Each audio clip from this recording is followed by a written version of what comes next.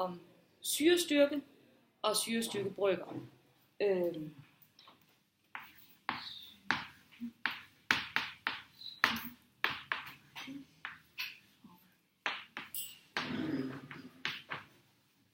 Og det gør jeg ud fra det afsnit i bogen, der starter på side 81.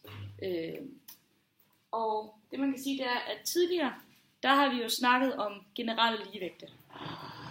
Og der har vi haft, at hvis man har en ligevægt, der hedder A plus B, som er en dynamisk, eller nogle rektanter A plus B, der er en dynamisk ligevægt med produktet med C og D, så kan man skrive en ligevægtskonstant op.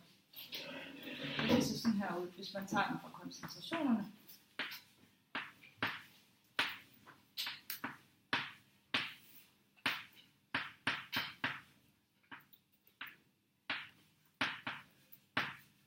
Det er ligevægtsloven, vi har anvendt her. Det her det kan man så benytte på syre-base-ligevægte, fordi alle syre-base-reaktioner er dynamiske ligevægte. Så det vil sige, at hvis vi har en reaktion her, hvor vi har en syre, jeg bruger det engelske, fordi jeg synes, det virker mere logisk, at i stedet for at skrive S, så skriver jeg HA. Fordi så har man en syrerest og en hydron, man kan afgive. Den er opløst i vand. Og den syre, den reagerer med vand. Og danner en dynamisk ligevægt med den korresponderende base. Altså det stof, der er tilbage, når syren har afgivet en hydron. Og så får man dannet nogle oxoniumioner. Og det her det er altså en helt almindelig dynamisk ligevægt. Det er ikke fordi, der er noget sådan specielt ved den. Den er temperaturfølsom, ligesom alle andre ligevægter. Man kan påvirke den via Le Chatelets princip. Præcis ligesom vi har arbejdet med i det sidste kapitel. Så alle de regler, I kender, de gælder endnu. Der er ikke noget som helst der. Her kan vi så også skrive en reaktionsbrøk op.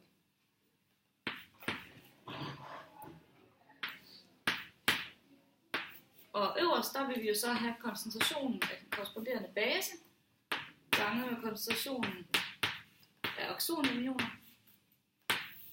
Og i nævneren vil vi have koncentrationen af syren. Men fordi vand, det er jo rent flydende vand, og det virker som opløsningsmiddel her, så vil den indgå med 1. Så det vil sige her, der vil vi, der udlader vi altså vand, kan man sige, fra reaktionsbrøk. Og den her brøk, den fortæller altså noget om syrestyrken. Syrestyrken, den defineres som, hvor stor en del af syren, der afgiver hydroner. Så hvor stor er det, der hedder hydronolysegraden? Hvor mange hydroner er lyseret eller fjernet fra syren. Så syrestyrke hænger altså sammen med eller proportionelt med hydronolysegrad.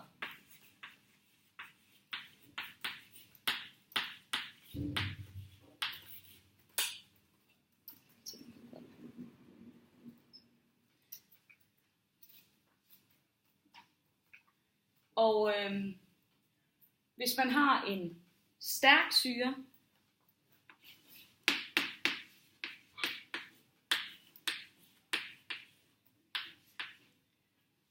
så vil hydronolysegraden være høj. Det er det, vi har defineret en stærk syre som. Det er, at alle hydroner bliver afgivet fra syren.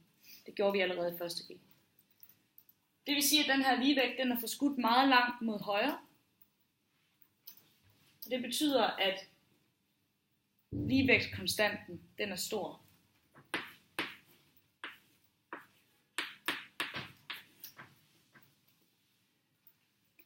Hvis man i modsat har en svag syre,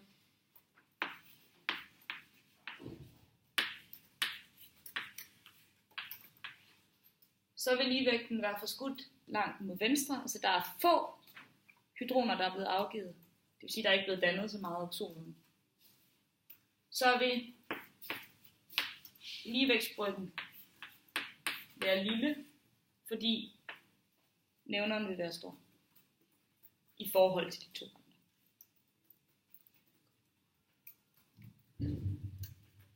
Så det her, der har man altså ud fra det, kan man se ud fra ligevægtskonstanten, kan man altså se i hvilken retning den her den er forskudt. Så vi snakker stadigvæk fuldstændig almindelig ligevægtsteori. Der er ikke noget nyt i det. Det der så er nyt her, kan man sige, det er, at fordi det her det er jo en generel reaktion. Det kunne være en hvilken som helst syre med en korresponderende base her. Jeg har ikke defineret, hvad det er. Det kunne være saltsyre eller eddikesyre, eller en hvilken som helst syrebasestof, jeg kunne tænke mig, der var her. Det betyder, at det her, det gælder for alle syre og baser.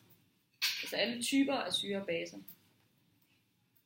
Derfor har man defineret, at syrestyrken den afhænger af den her hydrolysegrad, som altså er udtrykt ved ligevægtskonstanten.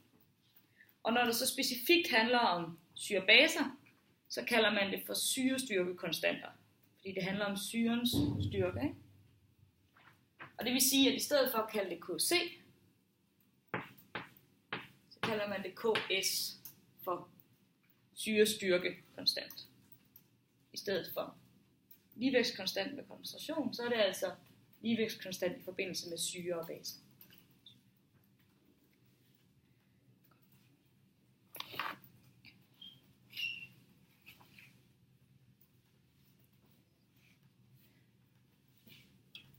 Og ligesom alle andre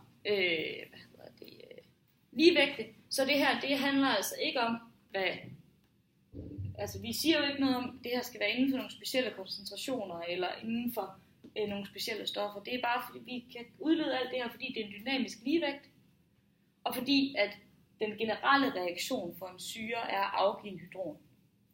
Og den generelle reaktion for en base er at optage hydron. Så det her, det er altså helt rent ligevægtsteori, vi bruger indtil nu. Ikke? Hvis man gerne vil prøve at kigge på det her, sådan at regne på det og tale om det, så kan det være lidt besværligt, fordi de her syrestyrkekonstanter, de er enten meget små eller meget store. Altså det er sådan noget et eller andet gange 10 minus 7, eller et eller andet gange 10 7 måske. Så de er ikke så handy til daglig, hvis man kan sige det på den måde. De kan være svære at forholde sig til. Hvad betyder det lige, at KC skal være lille? Hvad betyder det lige, at KC skal være stor? Så det man har gjort, det er ligesom at man har lavet en pH-skala, som fortæller noget om en koncentration, men på et niveau, hvor vi kan forstå det. Altså pH-skalaen er fra 1 til 14, eller fra 0 til 14 cirka. Og der er vi ret sikre på, at hvis det er omkring 0, så er det en meget sur opløsning, og hvis det er omkring 14, så er det en meget basisk opløsning. Men det kan være lidt svært at forholde sig til en eller anden koncentration, der er 2,5 gange 10 i 7. for eksempel. Hvad betyder det lige, om det er sur eller basisk? Så man gør altså det samme her, at man definerer nogle størrelser, som er til at tale om på en eller anden fornuftig skala. Og der definerer man så, det der kaldes en pKa og en pKb, eller pKs og pKb. Og det gør man ud fra de her syrestyrkekonstanter. Fordi ligesom vi har, at pH, det var den negative logaritme til den aktuelle stofmængdes koncentration af oxonamioner i en eller anden given opløsning, så definerer vi nu det her p, lille p, det stod for den negative logaritme. Så hvis man skriver pKs, så betyder det altså, at det er den negative logaritme til syrestyrkekonstanten. Det vil sige til det her udtryk her.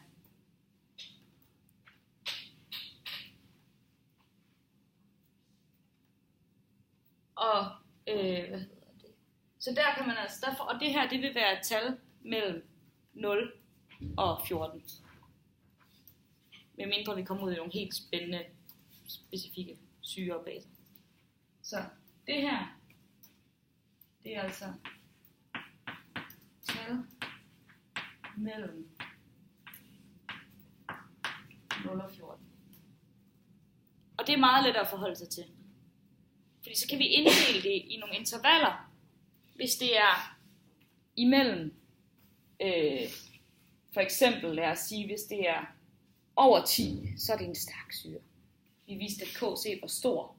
Så hvis den her, den er, omvendt. Hvis KC er stor, så er den her lille. Så hvis det her for eksempel er mellem 0 og 4, så er det en stærk syre.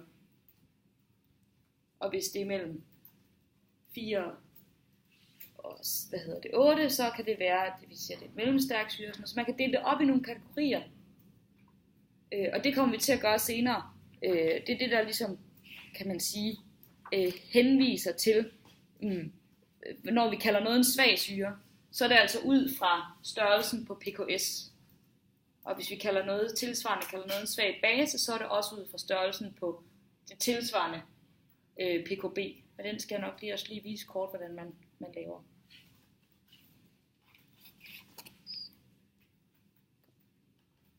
Fordi hvis man har, jeg vender lige den her øjeblik, så jeg kan se resten af tavlen. Nu har vi jo kun snakket om syre, men tit så har vi jo også baser, som det er vores udgangspunkt. Det kunne for eksempel være, at vi havde noget ammonium af en eller anden art. Så hvis man kigger på basestyrke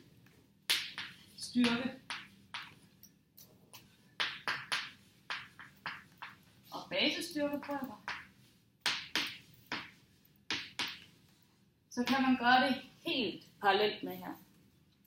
Vi går stadigvæk ud fra, at vi har det generelle udtryk for en ligevægt her. Vi arbejder stadigvæk med dynamisk ligevægt. Men her der kan vi skrive det op, som om at man har en base, og en base det er noget, der kan optage en hydron. Som opløst i vand.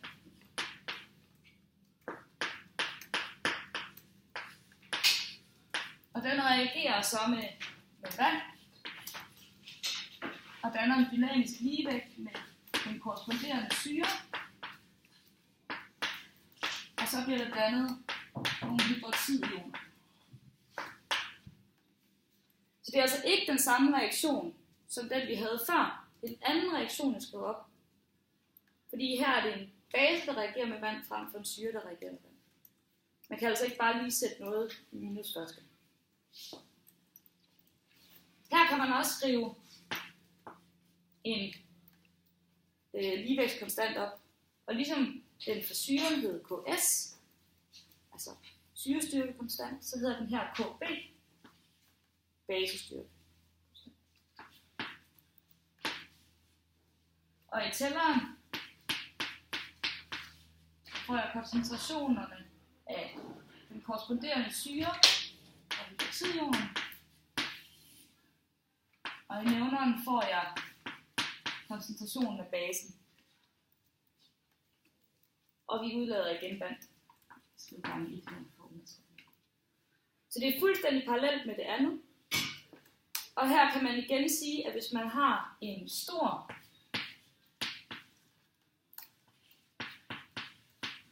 så har man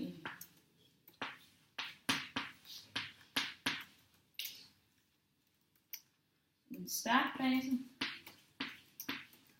og hvis KB er lille, så har man en svag base. Så det her det er fuldstændig parallelt til syrestyrke. Og det gør altså, fordi vi kan definere pKs og på samme måde pKb.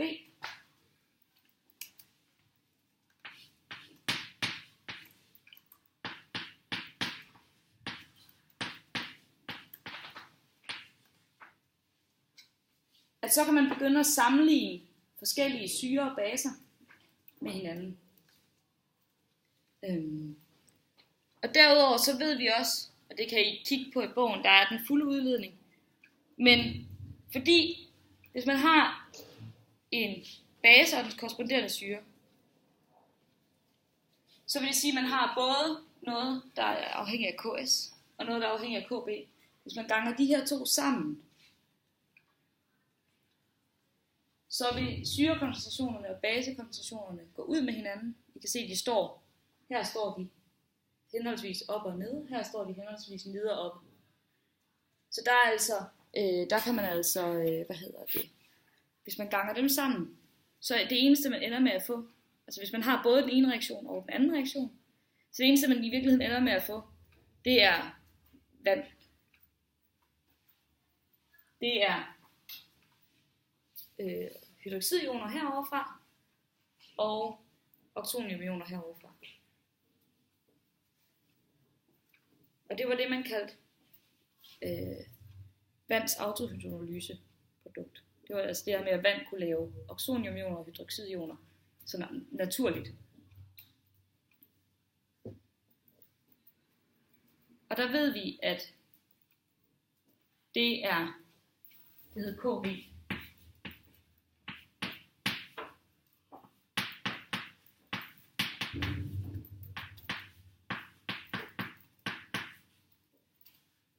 Det er det samme som at gange syrebrøken og basebrøken sammen. Og den bliver 1,0 gange 10 minus 14. Det var det, vi fandt ud af sidste år. Vi snakkede om det i første gang.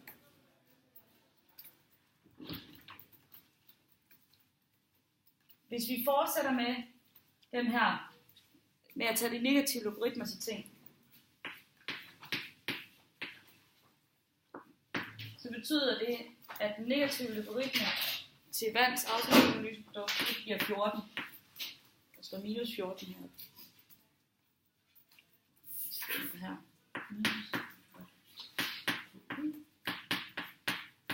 Og det betyder altså, at det medfører, at PKS gang, plus PKB, vi har lige nogle logaritmer regneregler, der spiller ind med gange og plus 14. Så det vil sige, at hvis man har et korresponderende syre-basepar, så hvis syren den er stærk, så vil basen være svag. Fordi hvis PKB er høj, så er PKS lav. Det skal give 14 i alt. Så styrken af syren og den korresponderende base er altså omvendt proportionel, hvis man kan sige det. Og derfor kan man altså udtale sig om syre og styrker ved at slå PKS eller PKB op. Og det, der er interessant i forhold til puffersystemer og bjermdiagrammer, det er ofte svage syre og baser. Så der skal de ligge inden for et vist interval i det her, mellem 0 og 14. Det var det med, med syrestyrker og basestyrker, som jeg vil sige.